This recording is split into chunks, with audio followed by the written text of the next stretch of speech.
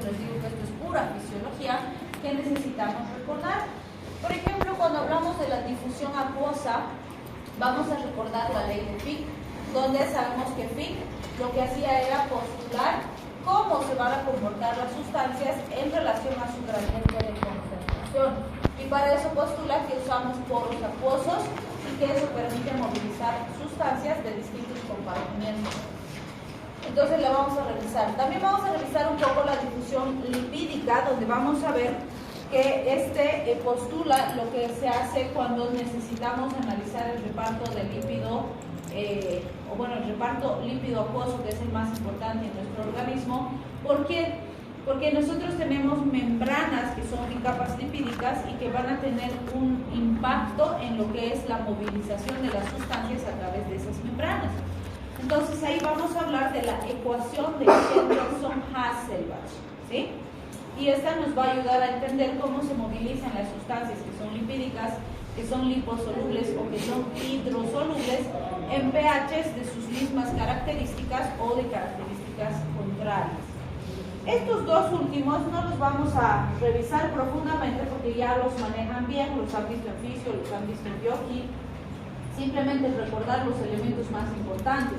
Cuando hablamos de transportadores especiales, por ejemplo, estamos hablando del cotransporte, del contratransporte, de la difusión simple, la difusión facilitada, que las manejamos bien, que nos permiten entender cómo se movilizan sustancias, ya sea aprovechando la corriente eléctrica de otra sustancia o utilizando energía para movilizarse de un compartimiento a otro. Los fármacos utilizan esos mismos sistemas para poder llegar a un lugar donde necesitan actuar, ¿sí? Y de la misma forma, cuando hablamos de la pinocitosis, como ustedes saben, la pinocitosis engloba la endocitosis y la exocitosis. Entonces, cuando hablamos de endocitosis, estamos hablando de sustancias químicas que lo que van a hacer es fagocitar moléculas, las van a encapsular en vesículas y las van a introducir dentro de la célula, ¿sí? Y la exocitosis nos va a permitir más bien agarrar moléculas que se encuentran en vesículas dentro de la célula, como tenemos acá, y más bien van a fusionarse con la membrana y van a liberar ese contenido para que pueda producir un efecto determinado, ¿sí? Entonces, también vamos a ver que hay muchos fármacos que actúan de esa forma o que estimulan o inhiben esos procesos en nuestro organismo, ¿sí? Para eso es que necesitamos revisar estos conceptos. Entonces, ¿qué decía Fick? Fick nos dice que va a aplicar esta su ley en todos los sistemas, ya sean sistemas biológicos como nosotros, o en cualquier sistema que trabaje a través de energía o de calor, ¿sí? Y nos dice, si nosotros tenemos dos compartimientos que están separados por una membrana semipermeable, y en uno de los compartimientos hay una alta concentración de soluto, la tendencia de ese soluto siempre va a ser de ir de donde está en mayor concentración hacia donde está en menor concentración. A esa movilización de las moléculas se le conoce como movilización en favor de su gradiente de concentración, de donde va de mayor a menor concentración, ¿sí? Y lo que postula Fick es que el objetivo de ese tipo de movilización es siempre buscar equilibrio, ¿sí? ¿Por qué? Nos dice, si aquí hay más y aquí hay menos, está desequilibrado. Y si yo empiezo a mover de donde hay más a donde hay menos, voy a mover hasta conseguir equilibrar, ¿sí? Entonces nosotros aprovechamos eso con los fármacos, porque lo que hacemos con algunos fármacos es depositar una cantidad determinada de fármaco en un compartimiento.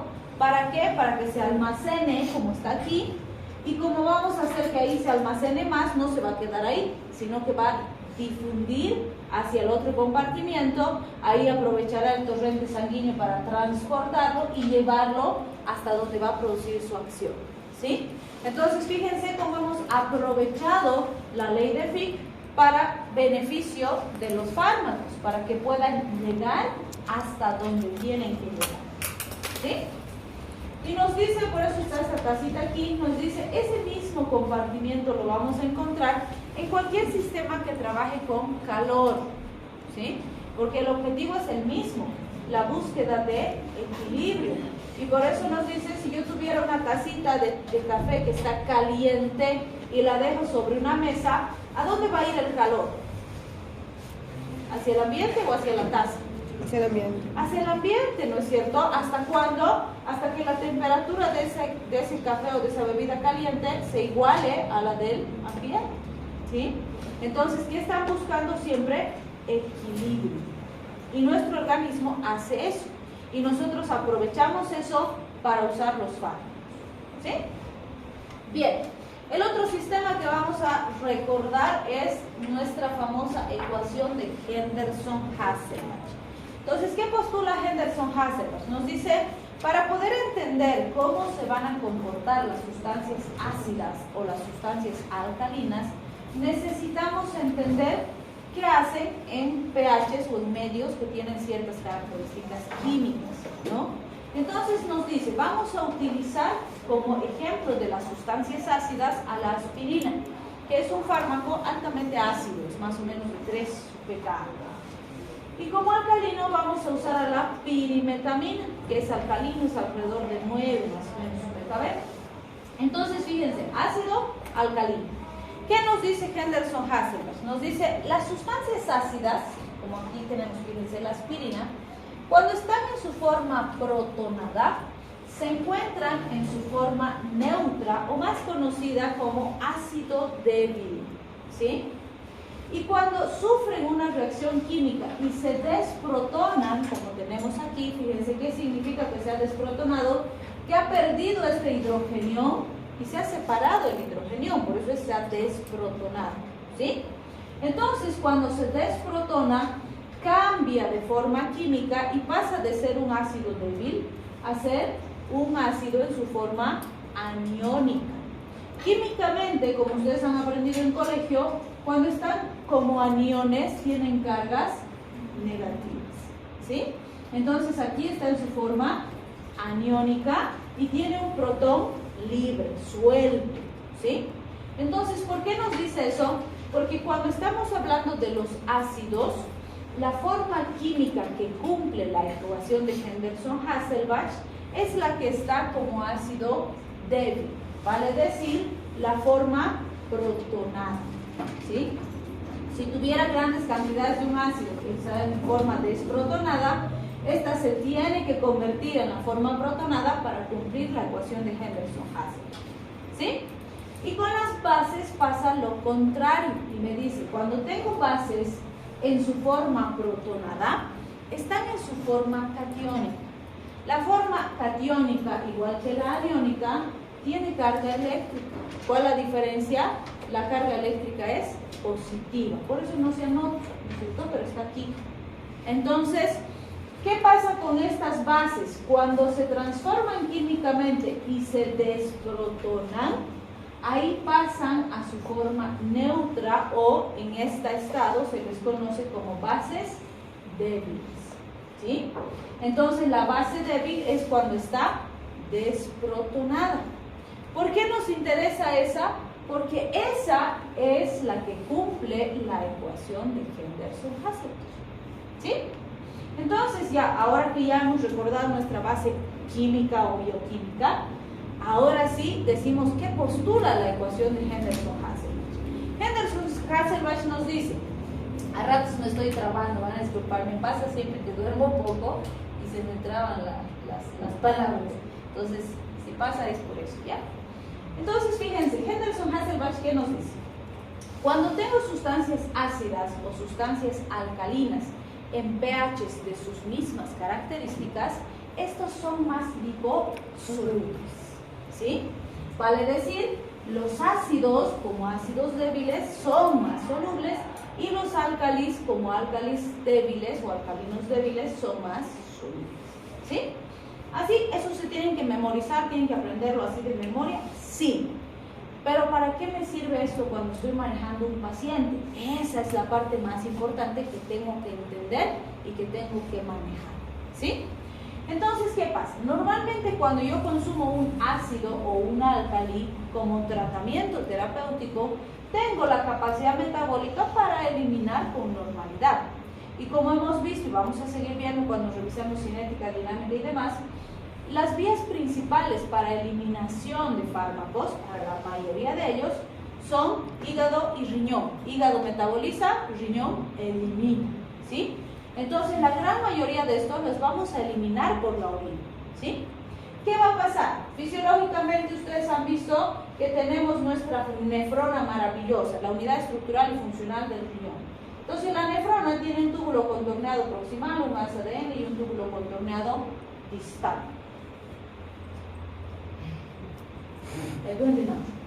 Entonces, sabemos que en el túbulo contorneado proximal tenemos nuestros sistemas de eliminación de ácidos y de bases, ¿sí? Sabemos que en el ANSA, en el túbulo contorneado distal y el túbulo colector, que además se conecta, que bueno, por ahora no lo vamos a ver, pero lo vamos a ver cuando veamos el reto. Entonces, todo este sistema es muy importante porque todo lo que se filtra aquí a la luz del túbulo, porque es un sistema tubular de tubos, por eso se llama así, todo lo que se filtra aquí al interior del túbulo finalmente va a salir del organismo como orina, ¿sí? Pero sabemos que no es que se filtra todo y todo lo orino, no, porque ahí se filtra calcio, magnesio, sodio, potasio, bicarbonato, glucosa, aminoácidos, o sea, un montón de cosas. Y muchas de esas cosas me sirven y por lo tanto las tengo que recoger, no tengo que dejar que se pierdan en la orina, ¿sí? Entonces, ¿qué pasa? En estos distintos segmentos de la nefrona hay lugares donde muchas de estas sustancias que se han secretado se reabsorben, ¿sí? O regresan, si quieren. ¿A dónde van a regresar? Al intersticio y finalmente al plasma. Y se van a utilizar. Quiere morir de tanto. Entonces, ¿por qué esto es sumamente importante? Porque muchas de esas sustancias yo las necesito recuperar. Por ejemplo, si yo pierdo demasiado calcio por mi orina, me voy a descalcificar porque necesito ese calcio, ¿sí? Entonces, ¿se acuerdan cuando hablábamos de la vitamina D? Uno de sus sitios de acción era la nefrona. ¿Qué hacía? Aumentaba la reabsorción de calcio para que no la pierda por la orina y la pueda seguir utilizando, ¿sí? Entonces, vean, muchas sustancias en distintos segmentos de esta red tubular van a regresar. ¿Por qué me interesa eso? En condiciones normales, tanto la aspirina como la pirimetamina como fármaco van a seguir su proceso y pues, finalmente se van a eliminar de mi organismo, no me van a producir ningún problema, ¿sí? Y no necesito hacer ninguna modificación aquí porque mi organismo solito tiene la capacidad de eliminar ácidos y eliminar álcalis de mi organismo, sean fármacos o sean de producción endógena. Por ejemplo, todos los días nosotros producimos ácido úrico. Por aquí se elimina, pues, ¿sí? Solito. Entonces, ¿qué pasa cuando se presenta un problema patológico? Por ejemplo, mi paciente se alocó y se quería suicidar y tenía un frasco de 100 aspirinas. Entonces agarra y se toma 100 aspirinas en uno, ¿sí? ¿Se va a intoxicar? Claro que sí, porque debía tomar uno y se ha tomado 100, ¿sí? Y ha aportado una gran cantidad de una sustancia altamente tóxica a su organismo. ¿Qué va a generar un ácido en mi organismo? Acidosis, ¿sí? Mi riñoncito va a tratar de ayudarme y va a tratar de eliminar ese exceso de ácido por la orina.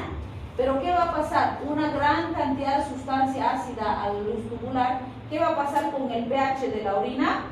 Se va a volver ácido, ¿sí? ¿Qué me dice la ecuación? Sustancias ácidas en pHs ácidos se reabsorben más porque son más liposolubles. Entonces, ese ácido, en vez de salir por la orina que debería para que me ayude a desintoxicarme, porque el pH de la orina está ácido, se regresa y me sigue intoxicando, ¿sí? Entonces, ahí yo voy a aplicar la ecuación para manipular esa eliminación y ayudarle a ese paciente a que elimine más ácido. ¿Qué hago? Alcalinizo la orina, ¿sí? ¿Qué va a pasar si alcalinizo la orina?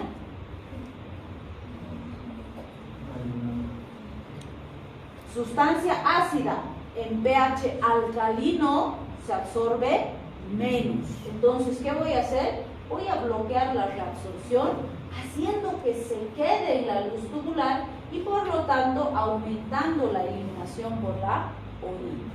¿Le va a ayudar eso a mi paciente? Claro que sí.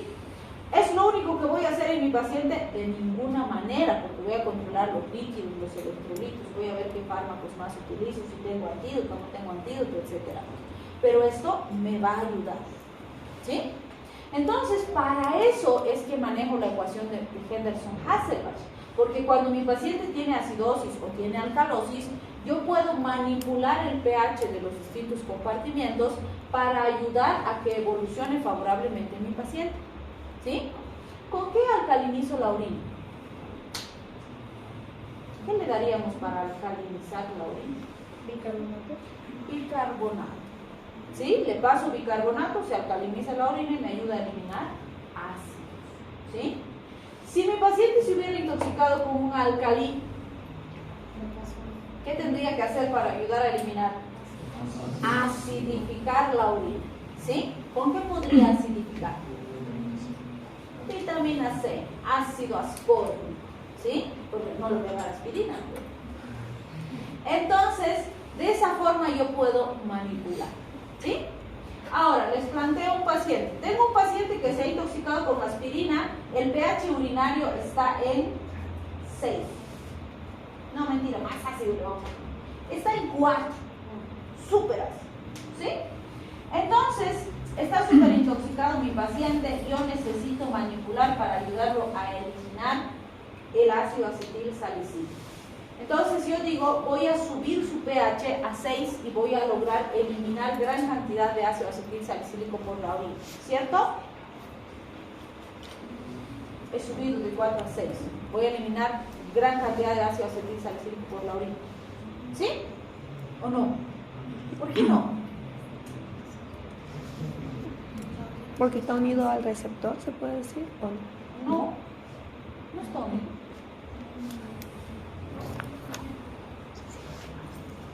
Eliminaré gran cantidad de ácido acetil salicílico ahora sí. He subido a 6. ¿6 es ácido o es alcalino? ¿Sigue siendo ácido? ¿Voy a eliminar? No. Sí, probablemente elimine un poquito más que con 4. Un poquito más. Pero no, sigue siendo ácido. Va a seguir regresando a una cantidad significativa. Entonces, si les digo alcalinizo el pH urinario a 9, ¿será que elimino más? Recién, ¿sí? Además, si les digo alcalinizo el pH urinario a 6, ¿6 es alcalino?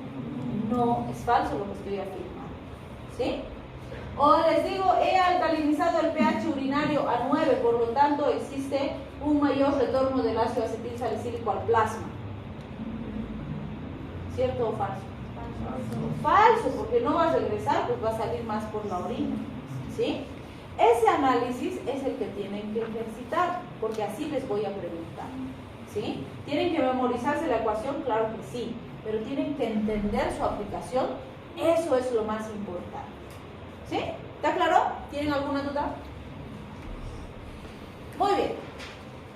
Ahora vamos a ver algunas características importantes del sujeto, del fármaco, que pueden determinar una respuesta diferente a la que estoy esperando cuando utilizo un fármaco en un paciente. ¿Por qué es importante esto? Porque obviamente vamos a ver que cuando uso un fármaco, la respuesta puede ser la esperada o puede ser completamente diferente, porque depende de muchos factores, ¿sí? Y cada uno de esos factores son importantes considerar antes de usar el fármaco. Entonces, cuando hablamos del paciente, hay varias diferencias fisiológicas en los pacientes que no puedo olvidarme considerar. Por ejemplo, la edad. ¿Será lo mismo tratar a un niño, a un adulto joven, a un viejito? No. De ninguna manera, ¿sí? ¿Por qué? El niño, bueno, siempre les digo, ¿no? Los dos extremos de la vida, los chiquititos y los abuelitos, siempre son más sensibles, ¿sí? Chingue. Les he dicho con negro. ¿Quién ha hecho con azul? Dana. está Dana? Dana y Anina. Y encima ni está. ¿Quién es el sinvergüenza que la ha puesto presente? Cayo, Omar. Con negro les he dicho. ¿Y mi culpa es? No, no te olvides nada. Siempre con negro. Y si pillo que le ponen asistencia así como a Dana y a Nina, todos los que están van a tener menos puntos. Claro, ¿cómo van a ser tan sinvergüenzas? O sea, yo les he dicho, yo no tengo ningún problema con que no asistan. ¿Cómo sean sinvergüenzas? ¿Dónde está la honestidad? ¿Yo los inhabilito? No. Entonces, ¿para qué chingados van a ser faltos de moral sin motivo? Eso es una barbaridad.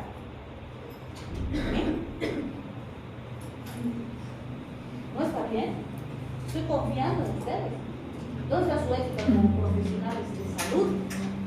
En algo tan miserable se van a ensuciar, una amistad. Cuando ni siquiera es para habilitar.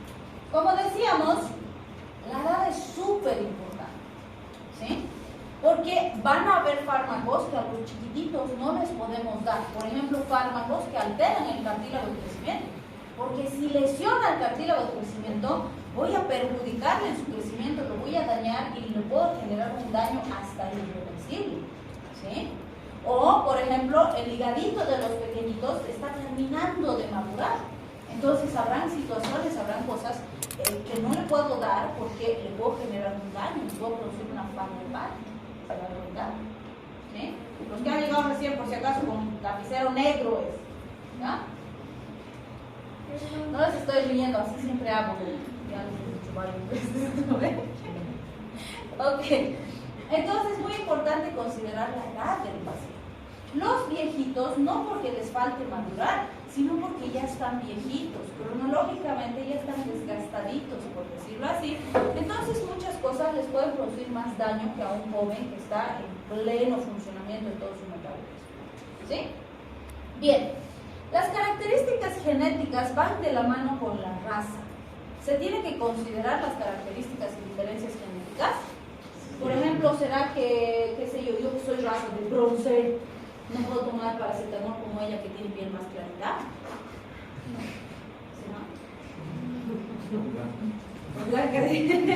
¿Sí, no? No, las dos podemos tomar. Ay, no seas así.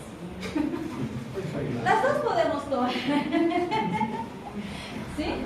No, es muy poco probable que exista alguna diferencia, ¿sí? Pero resulta que sí hay algunas sustancias que tienen diferencias raciales significativas. No son la mayoría, son algunos así contaditos, pero esos contaditos los tengo que saber, ¿sí? Por ejemplo, no es fármaco, pero sí sirve para la comparación y además es una droga de abuso que se usa en todo el mundo porque es legal: alcohol. El metabolismo del alcohol implica dos enzimas fundamentales, la alcohol deshidrogenasa y la aldehído deshidrogenasa, ¿sí? Que nos permiten procesar esa sustancia. Pero si nos excedemos, fracasa nuestro metabolismo y nos podemos intoxicar, ¿sí?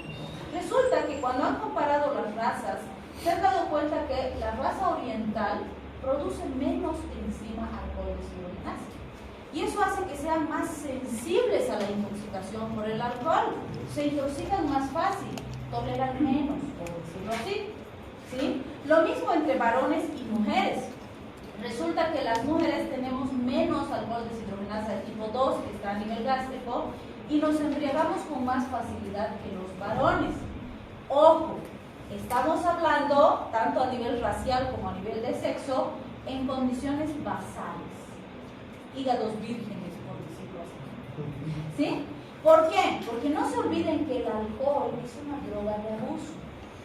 Entonces, todas las drogas de abuso, hemos dicho, se puede conseguir tolerancia. O sea, si un individuo ejercita, va a generar tolerancia y luego puede alcanzar a consumir grandes cantidades sin embriagarse. Y por eso es que sí, les digo, conozco muchachitas, señoritas, vamos a decir, que beben como albañil, pero no se embriagan. ¿Por qué? Porque han pasado un proceso de adaptación. ¿Sí? Lo mismo, los orientales que estamos diciendo que son más sensibles, que se embriagan más fácil, pueden pasar ese proceso de adaptación y a mejorar su tolerancia y resistir más pues, que un caucásico, que un afroamericano y demás, claro que sí, porque es una droga de abuso, ¿sí? Pero genéticamente sí son más sensibles, pero eso es en condiciones normales, vuelvo a insistir, no después de adaptación, ¿sí? ¿Está claro eso? Muy bien. También hay algunos datos de algunos fármacos, por ejemplo, en el caso del ibuprofeno, hay estudios muy interesantes que han demostrado que resulta ser más tóxico para las personas de raza negra, ¿sí? Entonces ellos son más sensibles al riesgo de toxicidad por ibuprofeno. No quiere decir que no les voy a dar ibuprofeno, sí les voy a dar, pero cuando les doy voy a ser más cuidadoso con las dosis porque por su raza ellos tienen más riesgo. Nada más, ¿sí? Entonces, esas pequeñitas diferencias sí las vamos a ir manejando, ¿ok? Muy bien, el peso, muy importante. ¿Por qué será importante el peso? ¿Y por qué? Por ejemplo, ¿a ustedes les daré dosis kilo peso? No. ¿Por qué no? Porque está muy grande. Yo soy grande. Depende de la aplicación, ¿sí? En ustedes. Pero ¿por qué les digo eso? Ustedes son adultos jóvenes, ya han terminado de desarrollar. Aunque uno sea un poquito más chico, otro un poquito más grande, otro un poquito más robusto, otro un poco más flaco y demás, todos son adultos jóvenes, ¿sí? Entonces no va a haber una variación significativa en su metabolismo frente al fármaco. Pero vamos a encontrar literatura que dice los niños deben recibir la mitad de dosis del adulto. Y hay hasta vademecums que tienen eso. Y los pediatras nos dicen, por favor, no hagan semejantes barbaridades. Los niños no deben recibir la mitad de dosis del adulto. ¿Por qué? Niño es desde dónde hasta dónde. ¿De qué edad a qué edad? 6 a 12. Pues sí. De 0 o de un par de meses, vamos a decir, hasta 12 años. Algunos autores dicen hasta 14. Algunos incluso dicen hasta 16, pero en el Vietnam no, 14 tiene ya. 15 lo mandamos adulto, 14 vaya a pediatría, ¿sí? Entonces normalmente esta es la más aceptada. Pero yo les pregunto, una guaguita de 1 año que sigue siendo un niño, ¿será que tiene que recibir la misma dosis que esta guaguita de 14 años? No. Pero los dos son niños. Pero varía su peso. Ah, entonces tienen razón los pediatras. Sí. Absolutamente. No le puedo dar la mitad de la dosis del adulto a él y a él, porque son diferentes. ¿Sí? Él pesará, no sé, pues me voy a inventar, digamos que 4 kilos y este pesará, no sé, 35 kilos. Entonces él es pues asícito y este otro es asisote, ¿no?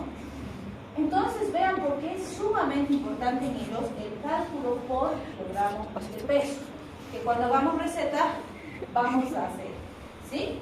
Entonces sí tienen razón en decir los pediatras, a los niños debemos manejar dosis por kilogramo de peso, porque a él con sus 4 kilitos le va a tocar una dosis por sus 4 kilitos y a él le va a tocar otra dosis completamente diferente por sus 35 kilos.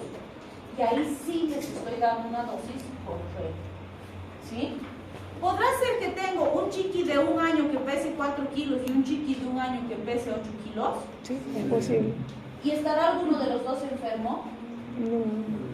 No. No, porque depende de la talla. Si la talla es acorde para el peso, los dos están perfectamente bien, ¿sí? ¿Por qué? Porque están creciendo.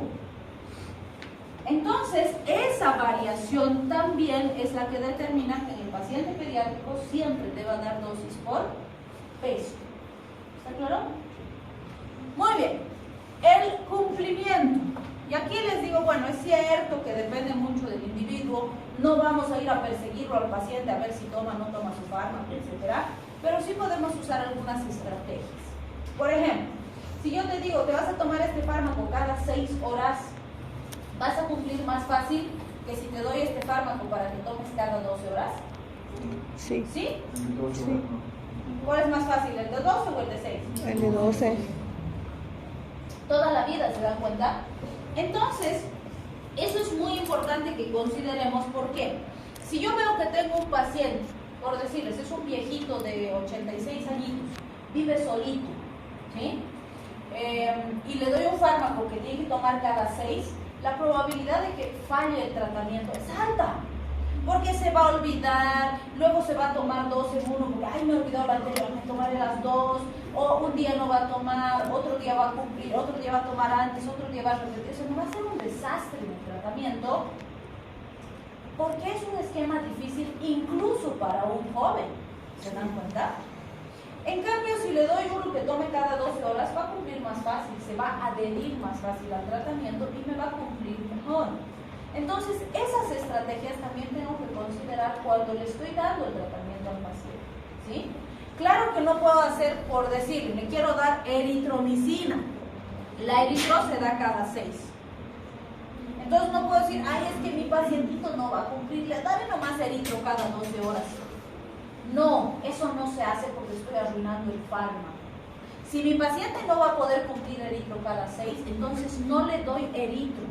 Le voy a dar otro fármaco que sí se dé cada 12 horas. Por decirle, le doy cotrimoxazol, que puedo darle cada 12 y que va a cumplir. Para eso tengo que saber, tengo que conocer los fármacos y sus intervalos para decidir cuál es mejor para cada paciente, ¿sí? El intervalo de dosis yo no me puedo inventar, eso ya está establecido en base a las características del fármaco y sus funciones. ¿Está claro? Muy bien. El embarazo es una condición absolutamente fisiológica, pero sumamente particular. ¿En qué sentido?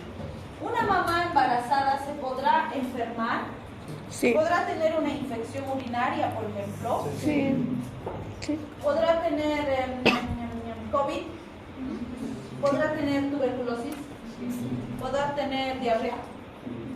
Puede tener, ¿cómo que no? ¿No? Igual dijo. Igual. Ah. Entonces, el embarazo no es una condición que evite cualquier enfermedad, ¿sí? Entonces, esa mamá embarazadita va a necesitar usar fármacos. Obviamente, ¿cuál es el punto de riesgo cuando está embarazadita? ¿Qué afecta al bebé? ¿Cómo? ¿Qué afecta al bebé? ¿Y eso qué se llama? Ah, sí. Teratogénesis, ¿sí? Entonces, teratogénesis es el término que utilizamos para decir que algo puede ser peligroso y dañino para el producto de la gestación, ¿sí? Entonces, los fármacos, la gran mayoría, tienen una clasificación de uso o de seguridad durante el embarazo. ¿Qué clasificación? A, B, C, D, hasta X, ¿sí? La mayoría están en clasificación C. ¿Qué significa clasificación C? Unicen. Mentiras, que se estaban durmiendo.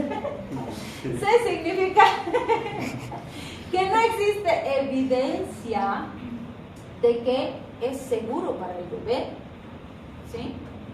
Pero tampoco existe evidencia de que sea peligroso para el bebé. Conclusión, categoría C significa que no sabemos. Por lo tanto, tengo que considerar riesgo, Beneficio. ¿sí? Y otra vez, mientras más saben, mejor van a decidir qué es más seguro para el binomio madre-niño. Mientras menos saben, si solo saben 3 fármacos, van a querer manejar todos sus pacientes con esos 3 fármacos porque no saben más, pues.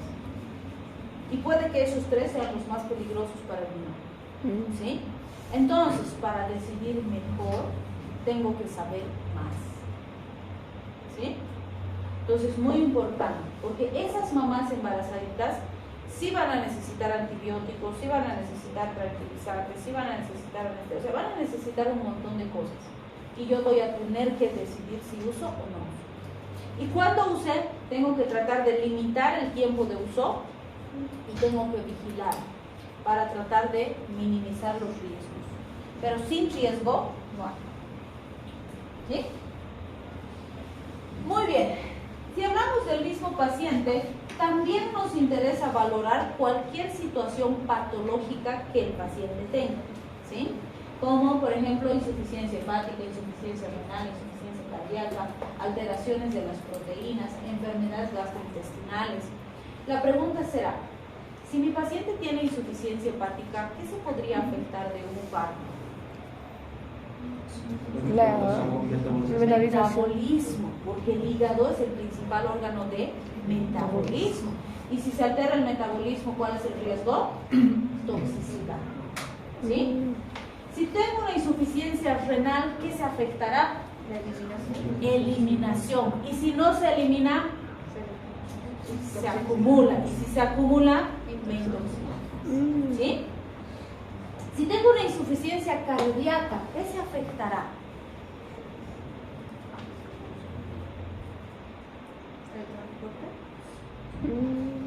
Transporte, sí, porque no se va a movilizar adecuadamente, y si no se moviliza adecuadamente, ¿qué se altera? La biodisponibilidad farmacológica y por lo tanto la llegada al sitio de acción, ¿sí? Pero además, fíjense, ese transporte en el organismo también es determinante para que llegue al órgano de metabolismo y al sitio de eliminación. Por lo tanto, no solo se va a afectar biodisponibilidad, mecanismo de acción, sino también metabolismo y eliminación. ¿Sí? Si se alteran las proteínas, ¿qué se podría afectar?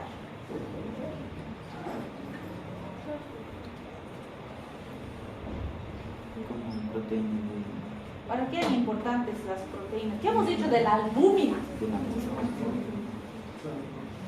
La albúmina transporta los fármacos. no, cuando el fármaco está en albúmina es inerte, creo. Es inerte. ¿Y por ahí qué era? ¿Inerte qué? Esa que se inactiva, que no sirve el fármaco, que no cumple su función, puede ser. Ya, muy bien. O sea, recuerden que el fármaco tiene que ir a unirse a un receptor específico, ¿sí? Y si está unido a la albúmina, que es una proteína grande, ¿se va a poder unir a su receptor? No. No, hemos dicho, la albúmina es un sitio de unión inerte para el fármaco, ¿sí? Mientras está unido a la albúmina, no funciona. Pero además, mientras está unido a la albúmina, ¿se metaboliza? No. No. Mientras está unido a la albúmina, ¿se elimina? No. No. Entonces, si tengo un paciente con hipoalbuminemia y es un fármaco que el 99% se une a la albúmina, ¿qué puede pasar con ese paciente? No. No haya subido eso. No. ¿Por qué no viene?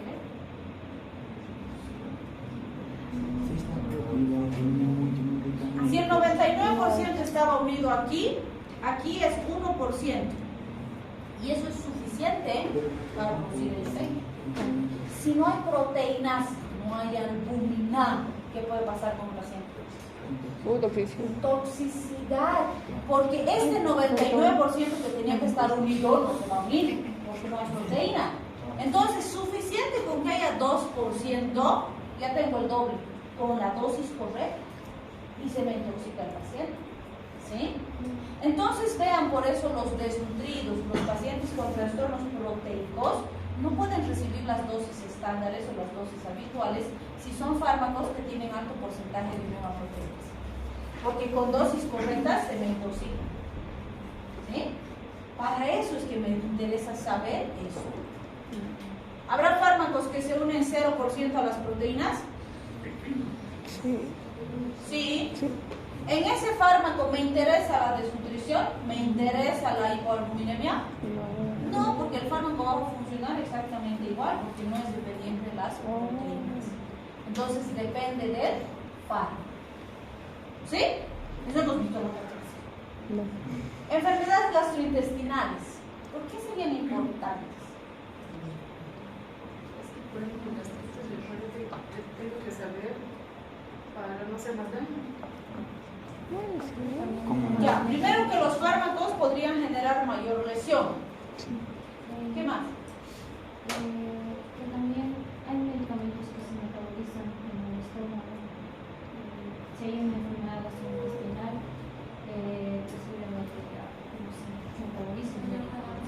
Muy bien, Entonces se puede alterar el metabolismo si hay metabolismo gástrico, pero el punto más importante es absorción, porque recuerden que los que se usan por vía oral se tienen que absorber para llegar a su sitio de acción.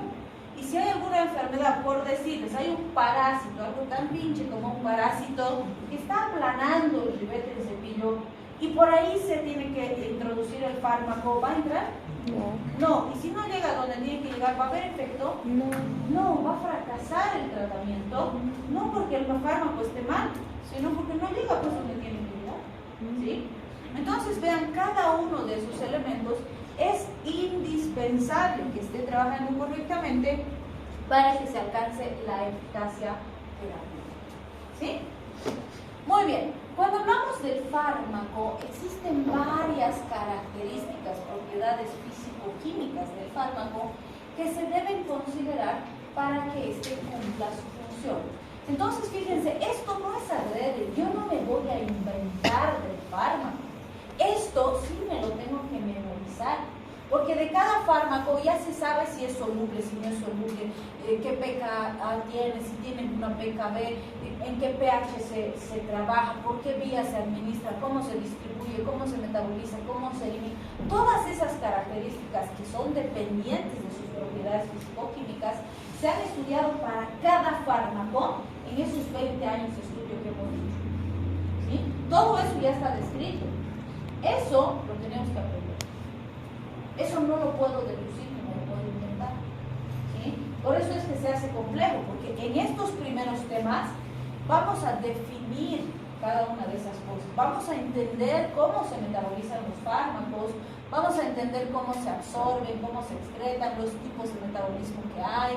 Estamos viendo las ecuaciones, la ley de Fick, la ecuación de Henderson-Hassel, todas esas cosas las estamos definiendo. Por eso son puros conceptos, facilito. Pero cuando empecemos a ver los temas de fármacos, para cada fármaco tenemos que aprender todas esas características, porque para cada fármaco es diferente, ¿sí? Y eso es lo que se hace pesado. Por eso les digo, primer parcial es pan con queso, porque es puras definiciones, fisiología básicamente. Segundo parcial ya es matanza, porque ya es más pesado, ¿sí? ¿Por qué? Porque hay mucho más contenido que tenemos que aplicar y además memorizar. Y después de memorizar, analizar para solucionar un problema del paciente, ¿sí? Muy bien. Cuando hablamos del momento de la administración del fármaco, esto también está en relación a todas esas características físico-químicas que tiene el fármaco y que ya se han diseñado en esos 20 años en base a su vida media, su saturación, su acumulación. Ya está establecido cada fármaco, cómo se debe tomar, cuándo se debe tomar, y nosotros tenemos que saber. Van a ver que algo que el paciente siempre pregunta es: ¿y puedo comer antes de tomar el fármaco? ¿Sí? Porque además el pacientito tiene la idea, si bien arraigada, de que no debe tomar fármacos en estómago vacío, ¿no? Y dice: no, ¿cómo vas a tomar en estómago vacío? Te va a perforar tu pobre pancita. No, aunque sea leche tienes que tomar antes de tomar el fármaco. Y eso no es cierto para todos los fármacos, ¿sí? Por ejemplo, si toma hierro, ¿tiene que tomar con leche? No. No, ¿por qué no con leche? Porque lo inactiva. ¿Por qué? Porque lo inactiva, porque no. ¿Ah? O sea, no le permite cumplir su función, absorción. Evita su absorción, ¿sí? Entonces, por eso es que le decimos: no con leche, no. ¿Con qué tiene que tomar hierro? Con cítricos. ¿Por qué? Bioquímicos. No. ¿Por qué? Ay, traicioneros. ¿Por qué? ¿Qué hace el ácido ascórbico con el hierro? Lo va a hacer.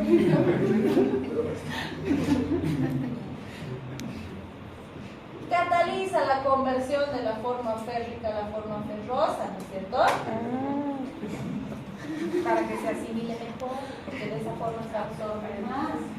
Entonces vean por qué era importante bioquímica, ¿no? No. Eso es lo que ustedes tienen que saber. Ustedes le tienen que recomendar al pacientito, porque si no, él va a querer tomar todo con comida y con leche. ¿Sí? ¿Por qué cuando toma AINES, diclofenaco, ibuprofeno, etcétera, le produce gastritis al paciente?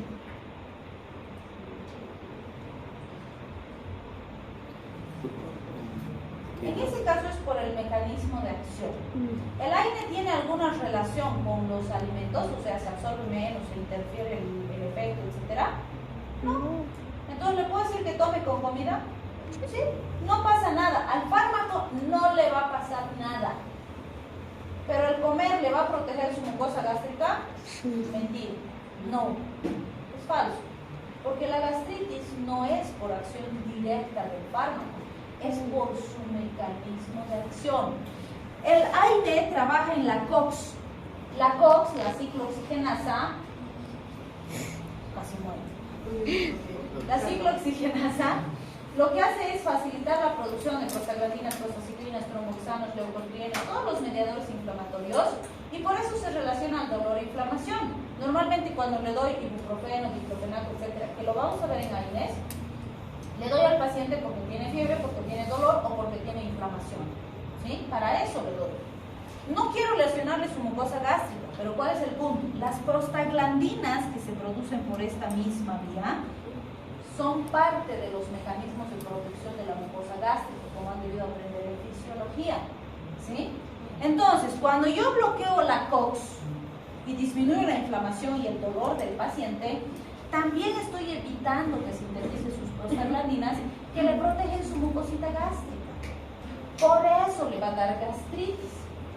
Entonces, aunque coma, si yo tengo efecto terapéutico, que es disminución de inflamación y dolor, también puede tener gastritis, aunque coma el paciente. ¿Sí? Entonces, mentira que si come no le va a molestar su pancita. Mentira. Pero como el paciente piensa que es así, y como la comidita no le hace nada a mi fármaco actúa perfectamente, para que esté tranquilo mi pacientito, le digo, Juanito, sí, come y tomas tu AINE. Sí, te va a proteger tu barriga. Nos va a ayudar. Sabemos que no es cierto, pero el efecto placebo en ese caso no sirve porque la comida no me perjudica en absoluto al alimento. ¿Sí? En cambio, si fuera omeprazol que está tomando mi pacientito, no debe comer. Omeprazol en ayunas, Juanito. No puedo tomar ni lechecita, Juanito. Te despiertas, ¡ping! Tu omeprazol en estómago vacío. No te va a hacer nada tu estomaguito, al contrario. En estómago vacío se absorbe el 100% y la efectividad es máxima. Si comes o tomas lechecita y tomas el omeprazol, vas a tener respuesta, pero le estás disminuyendo su potencia al 50% sin motivo. Estamos gastando plata en vano porque la potencia la estamos disminuyendo y vamos a necesitar más tratamiento, más dosis para conseguir el mismo efecto. Y eso ustedes tienen que saber para decirle, Juanito, este fármaco en estómago vacío. Este fármaco, come, no pasa nada. Comes y tomas tu medicina. ¿Sí? O por ejemplo, si le doy metformina. Le doy metforminita, es hipoglicemiante, pero me baja el azúcar y la hipoglicemia es más peligrosa que la hiperglicemia. La hipoglicemia me lo mata en 2 horas. La hiperglicemia me lo va a matar en 20 años. Entonces, no puede tener hipoglicemia mi paciente. Por eso es que le digo, metformina después de comer. No puedes tomar tu metformina sin haber ingerido alimentos, porque nos puede dar hipoglicemia y el cerebro sufre y te puedes descompensar y hasta puedes hacer un coma hipoglicémico. ¿Sí? Entonces, metformina es después de la comida. ¿Sí? ¿Quién tiene que saber eso? Ustedes. ¿Sí? Y para eso es que aprendemos farmacocinética, farmaconomía. Para eso. Porque ustedes tienen que saber. ¿Sí? Una pregunta. En el caso del omeprazol, como estaba mencionando, no tiene que comer nada, ¿verdad? Idealmente. Y digamos, si este paciente dice ya, se toma, y al poco ratito come, va a afectar, digamos. Depende cuánto pase. Por eso es que vas a ver que la recomendación que le damos es que idealmente tome entre media hora a 1 hora antes del desayuno y entre media hora a 1 hora antes de la cena. Si el intervalo es, qué sé yo, ha esperado 5 minutos y ha comido, es casi igual que si hubiera comido y hubiera tomado el fármaco, porque el alimento va a coincidir con el fármaco en el estómago y eso es lo que disminuye la absorción. ¿Sí? En caso de alimentación, de consumo antes de la comida, ¿cuál es el mecanismo de por qué no se consume antes de la comida? ¿Es por el ácido estomacado? Sí, el omeprazol por sus características físico-químicas necesita la acidez gástrica para poder activarse correctamente, ¿sí? Y su absorción es máxima con esas características a nivel del estómago. En el caso de un paciente con acidosis estomacal, ¿Acidosis? bueno, regurgitación o Acidez. estomacal, no sé, le damos omeprazol. ¿Tendría que tomarlo de inmediato o tendría que esperar que ustedes estén ahí para hacerlo? O sea, si tú agarras ahorita y has comido, has almorzado y demás, te tomas un omeprazol, no es que no va a producir efecto. Lo que va a pasar es que le estás restando el 50% de absorción. Y una cosa es la absorción y otra cosa es el mecanismo de acción. O sea, no quiere decir que si come y toma no va a haber efecto. Sí va a haber, pero la mitad de la potencia de la acción. ¿Sí? ¿Por qué? Porque se va a absorber menos fármaco. ¿Sí? Pero eso que se absorbe sí va a producir acción. Y el inhibidor, bueno, el omeprazol es excelente fármaco. ¿Por qué? Tú tienes, nos estamos adelantando, estamos saliendo a otro lado, pero ya, eso más. Tú tienes la célula parietal que tiene 3 receptores. Tiene el receptor de acetilcolina, el receptor de gastrina y el receptor de histamina. Estos 3 pinches se activan y activan la hidrógeno potasio ATPase, que ustedes ya saben por físico, ¿no ven? Esta bombita se llama bomba de protones, por eso le llaman así, porque hace que se produzca el famoso HCl, el ácido clorhídrico, ¿sí? Entonces, cuando tú le das ranitidina a tu pacientito, solo bloqueas el receptor de histamina. Entonces, baja el nivel de acidez, claro que sí, mejora la gastritis, mejora, pero menos que cuando le das omeprazol. ¿Por qué? Porque estos dos siguen funcionando. Entonces sigue habiendo ácido, pero un poquito menos. Cuando le das el inhibidor de bomba, que es mucho más potente, ¿por qué es tan potente? Porque viene y bloquea la bomba. Entonces no importa si aquí estimula, no va a haber ácido. Entonces, si tu curva de producción de ácido es así, la ranitidina te baja así y el omeprazol te aplana la curva. ¿Sí? Por eso es tan potente. Maravilloso, sí, peligrosísimo si no tienes cuidado de cómo darlo. ¿Sí? Porque lo fisiológico es esto. Si está enfermo, ya buscarás esto. Pero mantener esto por mucho tiempo, de ninguna manera es lo ideal, porque está demasiado lejos de lo fisiológico. ¿Sí? Entonces, ¿qué va a pasar? Si tú le das en ayunas, se absorbe, no voy a decir el 100% porque nunca es 100%, pero solamente para hacer el ejercicio de comparar.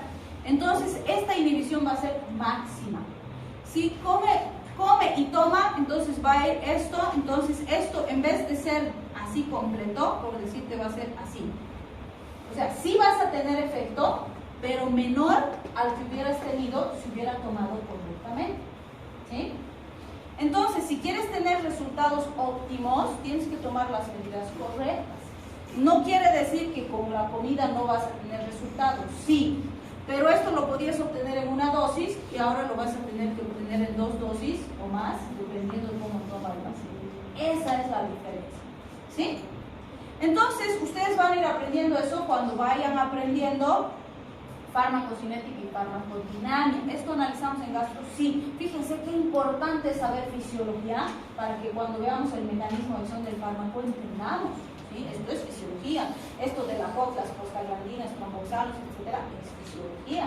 Entonces, todo eso ustedes tienen que saber para que cuando vayamos a hablar del fármaco, ya dónde actúa, cómo actúa, por qué produce sus efectos, por qué tiene efectos adversos, entendamos. ¿Sí? Por eso, bioquímica, fisiología, base fundamental para fármaco, fisiopático. ¿Sí? ¿Está claro? Ahora volveremos a nuestros conceptos básicos. Todo eso vamos a ver.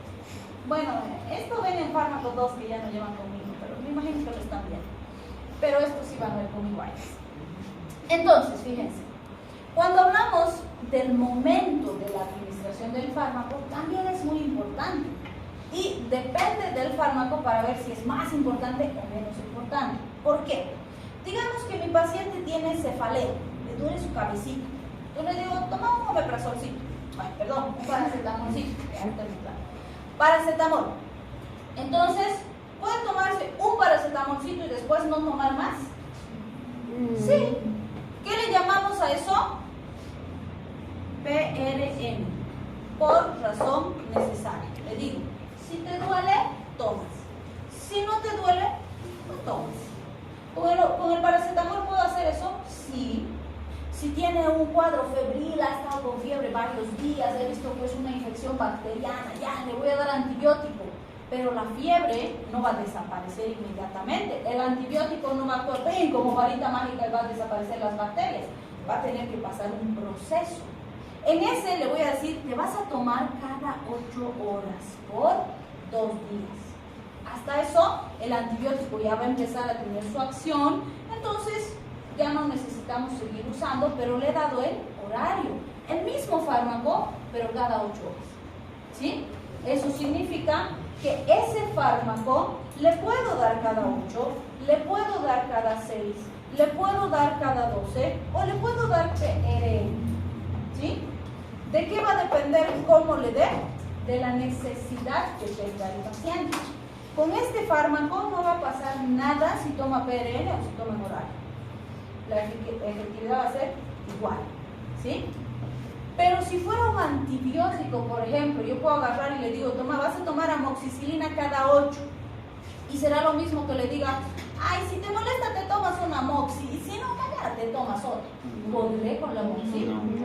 No, porque ese fármaco antibacteriano, bueno, cuando veamos vida media vamos a recordar esto, pero tiene que cumplir una función. ¿En qué sentido? Fíjense, cuando yo le doy mi primera dosis, empieza a aumentar la concentración, como hemos visto en nuestras curvas de dosis-efecto, ¿se acuerdan? Empieza a subir la concentración. Cuando pasa este punto, recién está matando a la bacteria, ¿sí? A eso le llamamos la concentración bactericida mínima. Yo necesito que el fármaco esté por encima de ese puntito para que mate la bacteria. Y la bacteria no se va a morir en una dosis o en un día. Por eso es que le damos 7 a 10 días generalmente, dependiendo del caso en particular. Pero eso es lo habitual, nunca le doy un día, ¿no? Entonces, ¿qué va a pasar? Cuando esta concentración del fármaco empiece a disminuir y esté llegando a mi concentración inhibitoria mínima, yo no puedo permitir que esto baje. Porque si pasa de ahí, la bacteria en esta zona está conociendo el fármaco y no se está muriendo, así que va a empezar a generar resistencia. ¿Sí? Entonces, la segunda dosis que le estoy dando, lo que va a hacer es ¡pum!, empujarme otra vez la dosis. ¿Para qué? Para que se mantenga por encima de la concentración inhibitoria mínima.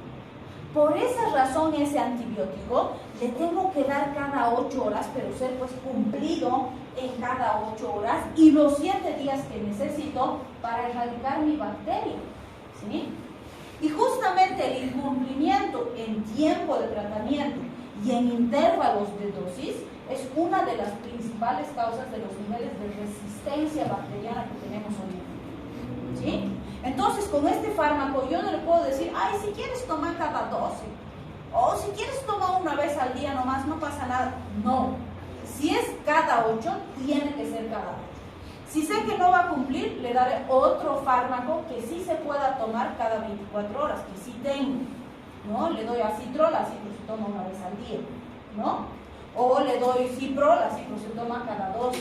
Entonces, eso yo tengo que saber para ver cuál le voy a dar. Pero además, no cualquier antibacteriano es para cualquier microorganismo, ¿no es cierto? Tengo unos que cubren gram positivos, otros gram negativos, otros aerobios, otros anaerobios. Eso tengo que saber porque he aprendido en microbiología, ¿sí? Y cuando veamos antimicrobianos, eso es lo que analizamos. ¿Cuál me sirve contra gram positivos? ¿Cuál contra gram negativos? Si es ITU, ¿qué voy a pensar? Si es una faringoamigdalitis, ¿qué le puedo dar? Eso es lo que tengo que manejar.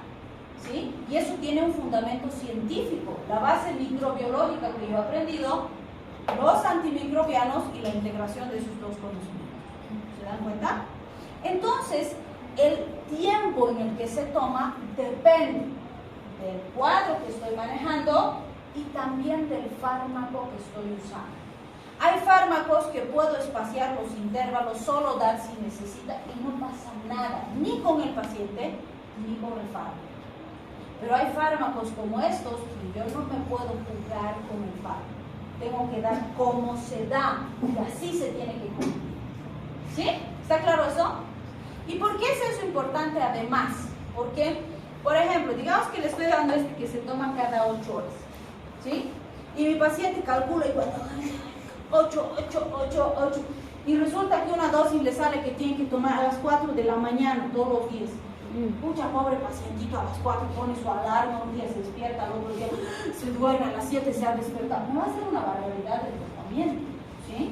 Entonces, ¿qué puedo hacer? Si se está yendo hoy día de mi consultorio, no sé, a las 9 de la noche, porque atiendo en la noche, le digo, ok, Juanito, para impregnarte hoy, antes de dormir, te tomas tu fármaco. Pero desde mañana, en esta hora, y esta hora, y así mantenemos hasta completar el tratamiento, para que no me esté haciendo estas barbaridades, ¿sí? Pero si yo no le explico, el Juanito, y un día a las 4, y el otro día a las 3, y me va a hacer una barbaridad y es peor, porque descansa mal, cumple mal y al final es un desastre. Entonces, ustedes tienen que orientarle al paciente para que él pueda cumplir correctamente. ¿Sí? Bien. La vía de administración es otro elemento súper importante. Creo que lo vamos a lograr. Súper importante, ¿por qué? Porque la vía de administración determina cómo uso un fármaco determinado y como hemos visto al principio, cada fármaco ha sido diseñado para ser administrado por una vía determinada y eso tampoco puedo jugar o no puedo, por ejemplo, alguna vez me han escrito, ¿no? A veces creen que soy su enciclopedia y están en su internado y, doctora, tengo un paciente así que le puedo dar y así me escriben, ¿no? Y yo les digo, si es mensaje, se supone que no es urgente, entonces no así, está con un paro, ¿qué hago? Y esperas a que te responda el mensaje, ¿no? Y 8 horas después, ¿cómo está tu paciente? Seguimos esperando. Entonces siempre les digo, si es urgente, llamas. Si mandas mensaje, tienes que asumir que si yo estoy ocupada no voy a mirar. Y puedo responder ese rato si estoy con el celu, o 2 horas, 10 horas después, cuando veas. ¿No? Entonces eso no se nos que olvidar. Entonces a veces me mandan mensaje, doctora, ¿puedo nebulizarle al paciente con jarabe de salbutamol? Si pudiera salirme así, saldría con un puñete. ¿Cómo le vas a nebulizar con jarabe? El jarabe es para usar vía oral. El nebulizador es diferente, la estructura, la composición química. No puedes usar una cosa para la otra. A ver, meterle un comprimido endovenosol, le digo yo. No se puede. Entonces, no se nebuliza con jarabe, por favor. No me vaya a preguntar esas cosas, ¿ya? Entonces, la vía está en directa relación con la presentación del fármaco. Cada fármaco ha sido diseñado para ser utilizado por una vía determinada, ¿sí? Entonces, cuando hablamos de la vía de administración, yo les digo, hay varias clasificaciones que tratan de explicarnos cómo podemos seleccionar la vía, pero la más sencilla y además la más útil a nivel práctico es la que nos dice, tengo 2 vías, la vía parenteral y la vía enteral, ¿sí? Enteros viene del griego de intestinos. Entonces, enteral hace referencia a todo lo que usa el sistema gastrointestinal, ¿sí? Y la vía parenteral sería todo lo que no usa el sistema gastrointestinal, ¿sí? Y van a ver que todas las vías las puedo encasillar en estos 2 grupos, ¿sí? Y dentro de estas, pues sí, tengo la tópica, tengo la con deglución, sin deglución y van a ver que se puede ir adaptando, ¿sí? La tópica puede ser mucosal o puede ser cutánea, pero que no tienen que olvidarse de vía tópica. Tópico hace referencia a que voy a aplicar el fármaco en el sitio donde necesito que actúe, ¿sí? Y su análogo o su contrario en realidad sería sistémico, porque tópico es pongo donde va a actuar. Sistémico es pongo en un lugar, necesito que se distribuya para que actúe en otro lugar. Por ejemplo, si me tomo un comprimido vía oral y quiero que controle mi dolor de cabeza, es sistémico, porque tiene que absorberse, distribuirse y llegar al sitio donde va a actuar. ¿Sí? Si tengo un honguito en mi piel, ¡ping!, le pongo una cremita sobre el hongo, ¿qué es? Tópico, porque necesito que actúe ahí donde estoy poniendo, no necesito que se absorba, se distribuya ni que vaya a ningún lugar. ¿Sí? Muy bien, entonces van a ver que con ejemplos entendemos mucho mejor esto. Por ejemplo, tengo un pacientito que le voy a poner, tiene conjuntivitis bacteriana, está con una infección en sus ojitos, ha amanecido con lagañas, está todo irritado y demás, y es una infección bacteriana. Entonces le doy gotitas con antimicrobiano para que se ponga gotitas en el ojito. ¿Qué vía sería? ¿Parenteral o enteral? Parenteral. Parenteral, porque el ojo No es es sistema gastrointestinal, ¿ves? Entonces, parenteral. ¿Sería tópico o sistémico? Tópico. Tópico, porque voy a poner gotitas donde necesito que actúe el fármaco. ¿Sí? Y si quiero completar, ¿sería cutáneo o sería mucosa? Mucosa. Mucosa, entonces puedo decir parenteral, tópico, mucosal. ¿Listo? Ya sé qué vía es. ¿Sí? Sí. Ahora, tengo un pacientito que tiene diarrea. Entonces, hemos visto que había sido una amebiasis. Le voy a dar metronidazol por vía oral para que tome. ¿Qué vía sería? Enteral. Enteral, porque va a tomar por vía oral. ¿Qué más? Sistémico. Sistémico. Sistémica, porque tiene que absorberse, distribuirse, llegar donde está la vena y matarla. ¿Sí? Y ¿sería mucosal o cutánea? Mucosal. No necesariamente, porque no va a actuar en la mucosa, va a actuar dentro de la célula en este caso. ¿Sí? Muy bien, entonces puedo decir es enteral, sistémico. Ya está. Muy bien, tengo un pacientito que está con un infarto de miocardio. Necesito dilatar las coronarias para que se estabilice. Le pongo un fármaco sublingual. ¡Plin! 45 segundos después actúa y por su paso dilatación de las coronarias. ¿Qué vía he utilizado? Parenteral. Parenteral. Enteral, porque la boca es parte del sistema gastrointestinal. Sí. Sí, pero diría es enteral sin dilución, porque he puesto sublingual. ¿Sí? Sí. ¿Y qué más? ¿Sería tópico o sistémico? Sistémico, porque se tiene que distribuir y llegar a donde están mis coronarias. ¿Sí? Muy bien. Tengo un pacientito que tiene hemorroides, está sangrando por el recto. Entonces le he dado supositorios para que se introduzca por el rectito para que me cautericen los vasitos que están sangrando. ¿Qué vía sería? Enteral. Parenteral. Enteral. Enteral. ¿Qué más? Rectal. Rectal. Ah, no, tópica. Bueno, rectal va a usar, sí, pero ¿qué sería? ¿Sistémico o tópico? Tópico. Tópico, porque no necesito que se absorba, necesito que cauterice donde estamos introduciendo, ¿sí? Y podré decir si es cutáneo o mucosal. Mucosal. Mucosal. Entonces fíjense, enteral, tópico, mucosal, ¿sí? Muy bien, tengo una pacientita que está con candidiasis vaginal, un honguito en vagina, ¿sí? Le estoy dando ovulitos vaginales para que introduzca por vía vaginal. ¿Qué vía estoy utilizando? Enteral. No, parenteral. Parenteral. No, tópico. Tópico o sistémico. Tópico. Tópico. Mucosal. ¿Sí?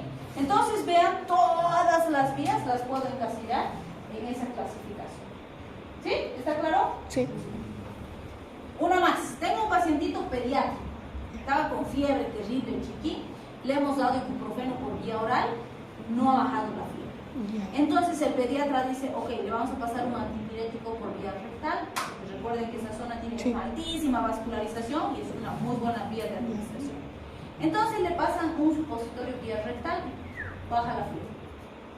¿Qué vía hemos utilizado con el ibuprofeno? Enteral. Enteral. Sistémico. ¿Sí? Ya fracasado. Con el supositorio, ¿qué vía hemos usado? Entera. Enteral, porque sigue siendo Sí. parte del sistema gastrointestinal. Sin ¿Más? deglución. En este caso sería tópico o sistémico. Sistémico. Sistémico, porque he necesitado que se absorba el antipirético y que actúe a nivel central bajando la fiebre. Entonces, ¿ha producido su acción? Sí. Entonces, en ese caso, fíjense, enteral, sistémico, aunque haya puesto una mucosa. ¿Sí? ¿Está claro? Muy bien. Entonces, fíjense, todas las vías han sido determinadas en base a las características del fármaco, su pH, su estabilidad, su solubilidad, etcétera. Porque, por ejemplo, si le doy a un paciente un fármaco por vía oral que no se absorbe y quiero que tenga efecto sistémico, ¿servirá? Por ejemplo, a este niño de la fiebre, si le poníamos un supositorio con un fármaco que no se absorbe, ¿servirá? No, porque nunca iba a llegar para producir el efecto que necesitaba a nivel sistémico, ¿sí? Entonces, cada fármaco ha sido diseñado para poderse utilizar por una vía determinada, ¿sí? Y eso yo tengo que saber, no me puedo inventar, porque ya está establecido, ¿sí? Lo que yo tengo que hacer es conocerlo para manejarlo correctamente, ¿sí? Muy bien. Cuando hablamos de las dosis, algo muy importante es que hay una variación significativa de dosis con las que nos manejamos en los pacientes. En algunos casos particulares usamos dosis especiales. Por ejemplo, como hemos dicho, ¿no? En el paciente pediátrico voy a usar mis dosis por peso, ¿sí?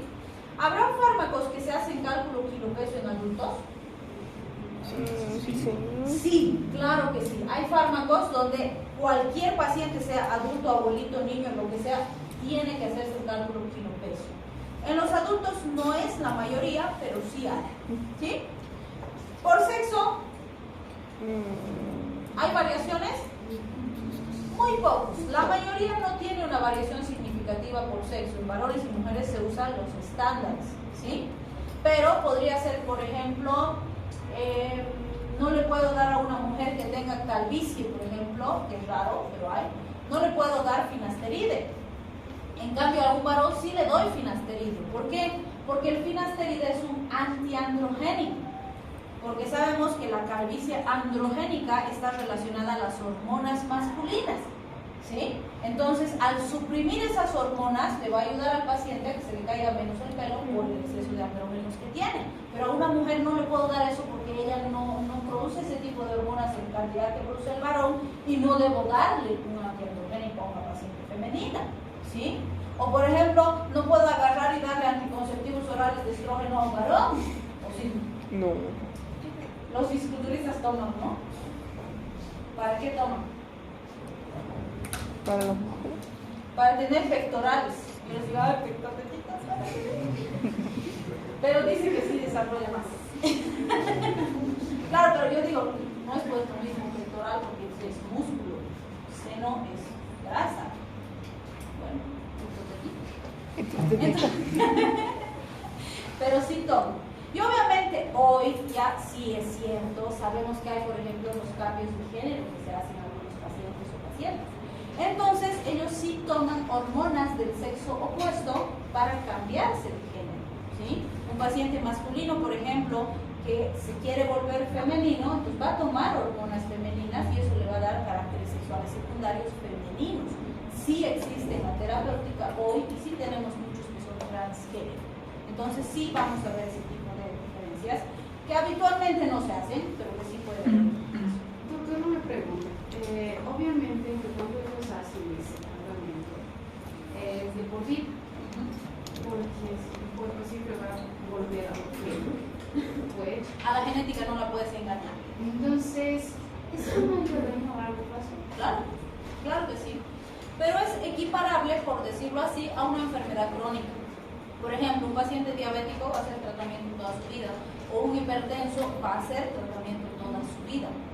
¿Tiene consecuencias? Absolutamente. Como hemos dicho desde el primer día de clases, ningún fármaco está exento de riesgo. Entonces, es riesgo-beneficio, ¿sí? Entonces el paciente ha tomado esa decisión, eso es lo que él busca para su bienestar físico, cognitivo, psicológico, qué sé yo. Entonces él ha asumido ese tratamiento. ¿Lo tiene que tomar toda su vida? Claro que sí, pero es algo sintético.